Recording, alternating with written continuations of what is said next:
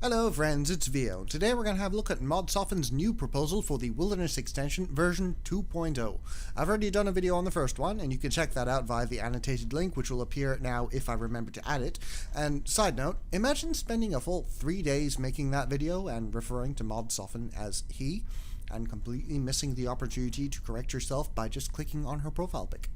Couldn't be me. Anyway, we now have an updated version of that proposal, and I'm going to be doing the same again. So I'll explain all the aspects and features that the new Wilderness would have, I'll compare them to the equivalents that were in the original proposal, and I'll give my own personal thoughts and feedback on them as well. And just to clarify for any new viewers who don't know what's going on, this whole concept comes from the OSRS Game Jam, which means it won't necessarily be polled or added to the live game, but we're going to keep our hopes up that it will be, because it's awesome. So let's dive in. Now, the original proposal was indeed an extension to the Wilderness, but version 2 also sees a lot of changes and new additions to the existing wild on top of that. So really it's more like a third Wilderness rejuvenation now, and arguably the best one. But we're going to tackle everything in the same order that I did in the previous video, so we start here at the Bridge of Fate. This separates the existing old Wilderness from a completely new section that's going to be added in at the northern end. And all past the bridge up north, combat levels do not matter, so a level 3 can get attacked by a 126. This concept hasn't changed from version 1, and personally I see no reason for it to change. I think it's fine. I do recall a comment about how it might be considered bad for pures, but I also think that's kind of necessary, because it doesn't really make sense for this new area to be a less hostile place than the current deep wild hotspots. Now, there are some changes in the lower areas of the Wilderness which do benefit pures and specialist account builds, and we'll talk about them later on, but as for the Bridge of Fate and the new area structure-wise, I think they're perfectly fine as they are. Next, we head back down to the Old Wild, and between the Lava Maze and Lava Dragon Isle, we have the Corrupted Revenants. This is a new multi-combat cave system, and it has revs which, based on the previous proposal, have better drops than the normal revs. But the caves aren't always open. They're connected via magic to the resource area, and activity there will unlock one of the 3 entrances. This is world specific, and the original plan was that the lock would reset every month. Compared to version 1, this used to be in the northeastern corner of the new area. There was also a fee of 150k coins to enter. I don't know if this has been removed or is just unspecified now, but otherwise it functioned basically the same way. Okay, so this is a massive improvement on all fronts. First, I said that I didn't like the idea of cash fees as tolls for caves, and I'm glad that this is hopefully being rethought. My alternative suggestions to ensure risk were a charged rev bracelet or a specific item that would always be lost on death, because you can have a sensible explanation for either of those. Maybe without a Zaros aligned piece of armor, you would be susceptible to the corruption effect while you're in the caves, and if you brought one and died with it, the cave's magic would anchor that item there and you'd always drop it. Doesn't that sound so much better than a completely random cash fee? Now, we do still have to go through the unlocking process, which initially I was against, but now that that process has been simplified somewhat, it's less of a concern for me. It does ensure that there will still be decent activity in the singles caves, and it does buff the rather neglected resource area at the same time, so overall I'm okay with it. Finally, the relocation is fantastic. It's physically closer to the singles caves and the resource area, which are nice tie-ins. But the main thing is that in the last video, I said that having multi-caves so far from the safe zone made it impossible for PvMers to survive. But now, they're only a short distance from the single zone at Mossy's, but even then it's still a good run down to the 30 line with ample time to get TB'd. So for the PvMers who have bulwarks and whatnot, it's going to be a tough escape, but it's not impossible, which is exactly what we're going for. So I said that the original suggestion needed work, and that work seems to have been done flawlessly. Nice one. The next thing on the original was an extension to the Wilderness Agility course. Unfortunately, on the new version, that is blocked by a text box, so I don't know if it's still a thing. Probably not, which to be honest is fine. The agility skill has been taken care of fairly well with rooftop courses, marks of grace and so on, and while it would be nice to boost the activity of the Wildy course, I did suggest that we could have a financial incentive like artifacts for completing laps. If the update is going to include skilling stuff, it is better to target the skills that are more lacking like woodcutting or mining. Which brings us to the next point. The resource area is getting an extension, and it's not clear what this actually involves, but we do know that skilling here is what unlocks the multi-revs. Now in version 1 there was going to be a whole separate resource area 2 in the new section of the map. It would offer double or triple resources, but you'd have to do some other stuff around the wilderness in order to get access to here. I said that the problems with this were, 1, it would make the original and somewhat neglected resource area completely dead content, and 2, it overcomplicated the process of getting the multi-revs. So by turning the resource area 2 into an extension of the resource area 1, it actually solves both problems. It not only boosts, but guarantees activity here. So again, a solid fix that I have absolutely no complaints about. We have 2 more skilling related things to talk about. Next up is a small island in the very far north of the new area. There are some magic ents here, and cutting trees will spawn an ent boss called Treerot. Rewards from him are a new level 85 potion recipe, currently undetermined, new bark to make bows and arrows from that have a special effect that gives rangers the bind ability, and a new axe also with an unspecified effect. Now in version 1 we didn't have the ent boss, and that was my main concern. People wouldn't bother going there if there wasn't a reason to. I did suggest an AFK woodcutting option, but a boss that drops uniques isn't a bad option either. Maybe the axe's special effect could somehow increase woodcutting XP rates if you're Skalled and in the wilderness. Also for skilling updates, we have some fishing spots where you can catch UwU Sharks, name not guaranteed, would shield 24 HP. Previously, we had a Skall implink for Hunter, which dropped an item that would let you teleport to the new safe zone, and I did like this idea, but again, skilling updates should be for the skills that need updating, and I do think fishing needs more of an update than Hunter. If these sharks give a good, high-level, semi-AFK fishing option that's better than monkfish, I think it's a good addition.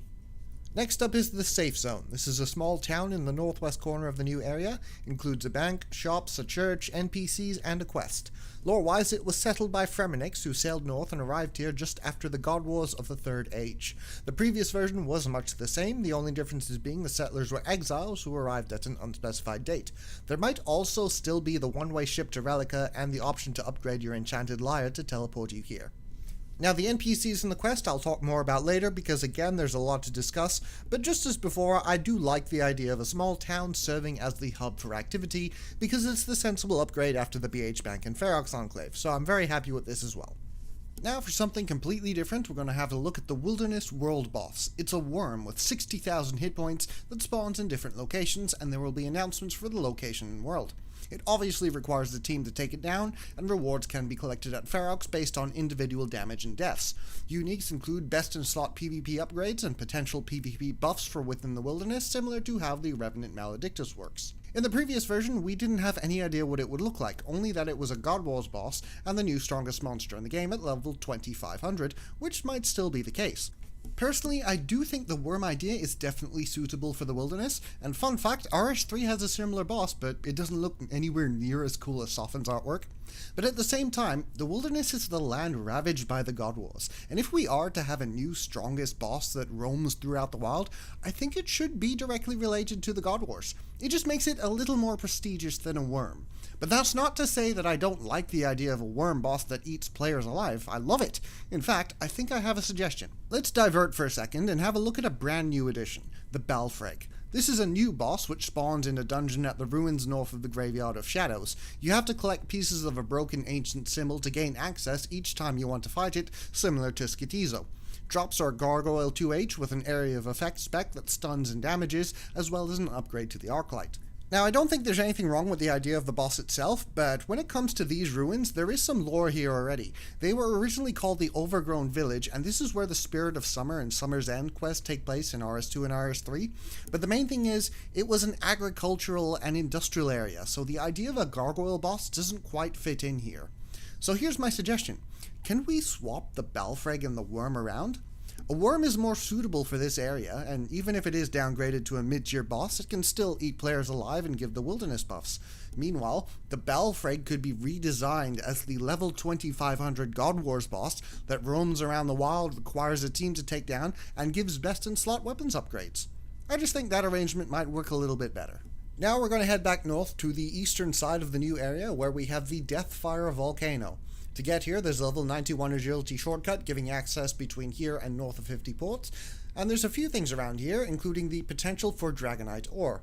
I'd assume this would require 90 plus mining and potentially unlock dragon items for smithing. In the northeast corner, there's a cave with red dragons, which will drop a key to give access to the center of the volcano and a new red dragon boss. It's hard mode Verzik level difficulty in a multi-combat area, and it will prioritize attacking Skall players. Drops include Vulcan's Scepter, a crush weapon that can be charged with lava runes to apply a new effect called Burn. This works like poison, but is cured with anti-fire. There's also Vulcan's Bow, an upgrade to the D-Bow that makes it spew lava and apply the burn effect. A Deathfire Visage is an upgrade to the DFS. A Lava Visage, which works like the Serp Helm but with Dragonfire protection. And an upgrade to the Dragon Hunter crossbow that makes it two-handed and fires javelins. Compared to the original, this was located closer to the center of the map, and entry to the boss required either coins or kill count. Also, the new scepter was an attachment to the Thammaron scepter, and we didn't have the upgrade to the DHCB. First, getting a key instead of a random cash toll, excellent as before, would love to see more things done like this. I also said before that I like the idea of a red dragon boss, as it's the one we don't have. I did offer a word of caution in regards to the burn effect, because while it does sound cool, we need to consider what existing content will also have it: other dragons, fire spells, black salamanders. Also, in regards to the DHCB upgrade, the crossbow itself is a PvM weapon. It's used primarily for fighting dragons and worms, and it seems like the upgrade will turn it into a PvP weapon, and in doing so, would it make it unsuitable for that sort of PvM? So I'm not 100% sure about this one. Now, a quick side note about something that was in version 1 of the extension, but is not in version 2. This is the Bounty Hunter Island, and it was an idea for a minigame that would work like old BH, but there wasn't really any information about the actual design or the mechanics. My recommendation was that this just be left out, and so it has. Great. In case you guys don't remember, this is how old BH worked. What's your EP? 1.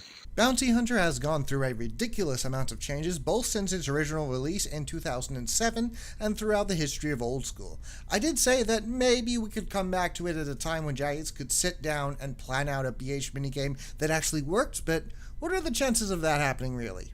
And also consider that there are other PvP minigames like LMS that could use the attention, or other historically successful ones that could be brought back. So maybe it's time to just let BH die with what little dignity it has left, and work on adding Fist of Gothics instead. Moving on, we're now going to go back to the safe zone and talk about the NPCs and the quest. These are the descendants of Fremmeniks settlers, and the quest is called Skulled Up, which introduces players to PK.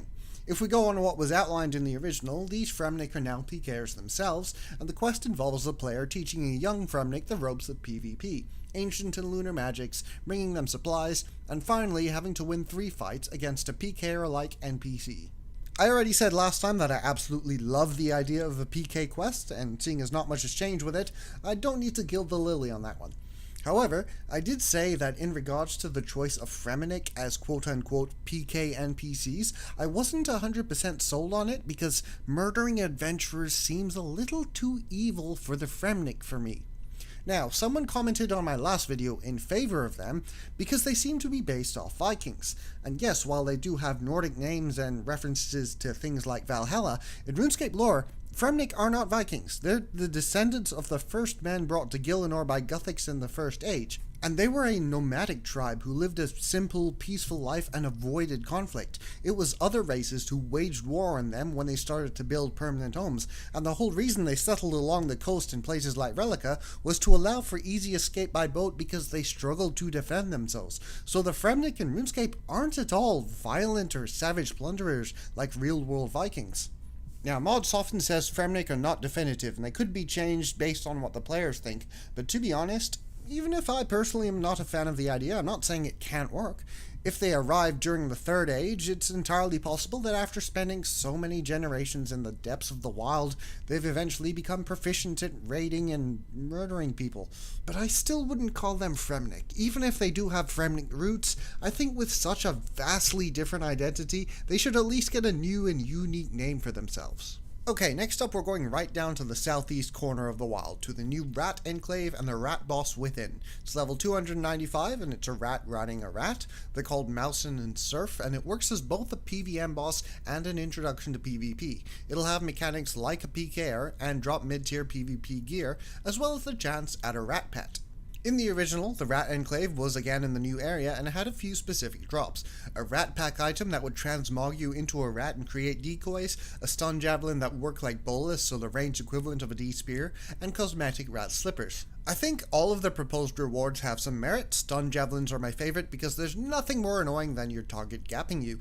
I also think that moving this boss to the new location is an excellent idea. Low level wilderness for this sort of boss fits, and the current location is pretty big and barren, so it's the perfect place for some fresh content. Plus, as mentioned before, having new features in low wild gives pures and specialist accounts the opportunity to get involved in the new updates, and this is a great example. Good changes all around. One more new boss to talk about, and it's back up in the northwest where you can pay for a raft between the safe zone and the graveyard of Sorg. The lore here is that when the Fremmeniks buried the bodies of the Zarosian and Zamorakian soldiers together, it created a concentration of undead energy that manifests in the form of Skall. This is a nightmare level difficulty multi-boss. Drops include Scourge armor, wilderness gear with slightly less stats than Bandos and armor, drops cash on death. A Drowned Binder lets you combine the Wilderness and DK's rings into new Best and Salt rings, and the Gravedigger, a slow and heavy two-handed crush weapon with a spec that drains both you and your target's prayer. When comparing this to the original, let's first take a minute just to compare the updated artwork, shall we? Because, man, that looks menacing and nefarious. I love it. The lore was also different in that it was the Fremmeniks messing around with Arceus magic to try and create a thrall which didn't work out as planned, and there was also a drop to upgrade the Thammaron Scepter to let it auto-cast Lunar. Opinions, the lore update is much better, as is the removal of the Lunar upgrade, because Thammaron Scepter auto-casting Lunar seemed kind of pointless. Scourge armor is also interesting. I've only done basic research, and there does seem to be a little bit of a gap between Bandos/Arma and Barrows, but I feel like for a nightmare difficulty boss in a PvP area, it's not unreasonable to buff that. Maybe make it tier 75, so in between Bandos and Torva, or perhaps even tier 80 on par with Torva, but with wilderness-specific perks.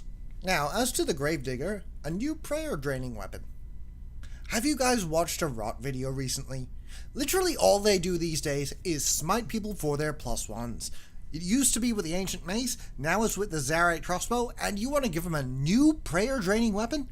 This picture, this is Rot when they see the idea of the Gravedigger. And this picture is also going to be Rot when they see someone else with a Gravedigger, because they're going to smite him for it. I think we are okay for prayer reducing stuff at the minute. It's a great looking weapon by all counts, but maybe give it something else as a spec. This might be a good one for the area of effect damage, but we don't need to increase the chance of Rot taking another one of my AGSs. The last updated feature from version 1 is the Artifact Escort activity. There are NPCs throughout the wilderness you can buy artifacts from, deliver them to other NPCs for points, but you can't teleport or use fast travel while you have one, and if you die with one, it's always lost on death. So it's like the Revenant artifacts, but there's no PVM involved. Rewards include a safe pouch, which lets you protect up to 6 additional items on death, but like looting bags you can only deposit in the wilderness and you can only withdraw at banks. This hasn't changed since version 1, except that it used to be restricted to the new area, but now the artifact escorts have trading posts in both shallow and deep wilderness. I like the original idea because it's unique in that literally anyone can give it a go and try and make some money, and now I like it even more because the new locations are again a great change for pures because there will definitely be level 3s and tank builds who will attempt it, so now it's an activity that players from all combat brackets can get involved in. Good stuff. The last feature is a new one. It's the Unholy Temple, located on an island just off a single strip, requiring 75 agility and the Wilderness Hardberry to access. Here, you'll find an undead Icene NPC. If you collect Icene tears from around the wilderness, you can exchange them for one of 2 status effects, which both benefit PVMers. The Forsaken status gives you increased damage and loot in PVM for 40 minutes, but lowers your defense and you lose more items on death. The Blessed status gives you increased defense and an anti-PK buff until you die or enter a safe zone, but you can't trade or pick up loot from other players. Well, if you can pick up loot, the anti-PK buff is a bit useless, but I feel like Blessed will still be the choice for PVMers, just to stack more defense on top of their bulwarks. I'm not sure what Forsaken would be used for. Not Revs, because we already have the Maledictus, and probably not bosses after the rework if they're no longer safe spottable and you have a defense reduction. Personally, I'd combine the 2 into 1, where you get increased loot and defense against monsters, but reduced defense against PvPers and you lose more items on death. That plus Maledictus gives the PVMers 2 options, while the Worm gives PvPers options. So maybe we could give Skillers a buff as well. Maybe something to increase XP rates and catches from black chins or dark crabs, but with the same defense and item costs. Alright, we've covered everything in the proposal itself. Now, on a scale of 1 to 10, where 1 is the removal of the wilderness and 10 is the best possible PvP update to the wilderness, the original wilderness extension I would rate it about 3.5, because the appeal of just the concept of an extension aside, it had a lot of potentially good ideas, but also a lot of flaws, which likely would have caused it to fail as an update, which is why I decided to spend 3 days making a video addressing them before the next game jam. Now, this new Wilderness extension, version 2, I'd give it a rating of about 7.5 out of 10. It's not perfect, and there's still a few things that either could or should be done, but I am extremely glad to see that essentially all of the issues that I outlined in that first video have been addressed, and not only solved, but improved in ways that I didn't even think of. On the whole, I'd say the project has absolutely been a massive success, and with just a few tweaks and changes to balance things, I would absolutely love to see it make its way into the game. To finish up, I have one last thing to talk about, and that is Mod Soffan's message at the end of the image. I myself didn't actually do much research into what the player feedback was like for the original, apart from skimming through the Twitter replies, but reading this gave me the impression that the non-PvP community, as usual, was not happy about new content being added to the wilderness. Okay, we're gonna go see the Lordship of the Lake again.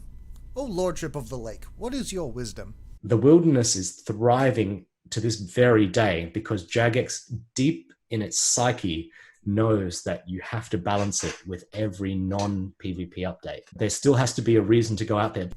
That's a good wisdom.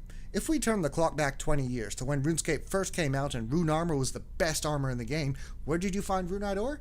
In the depths of the wilderness, because it was considered the most dangerous part of the game.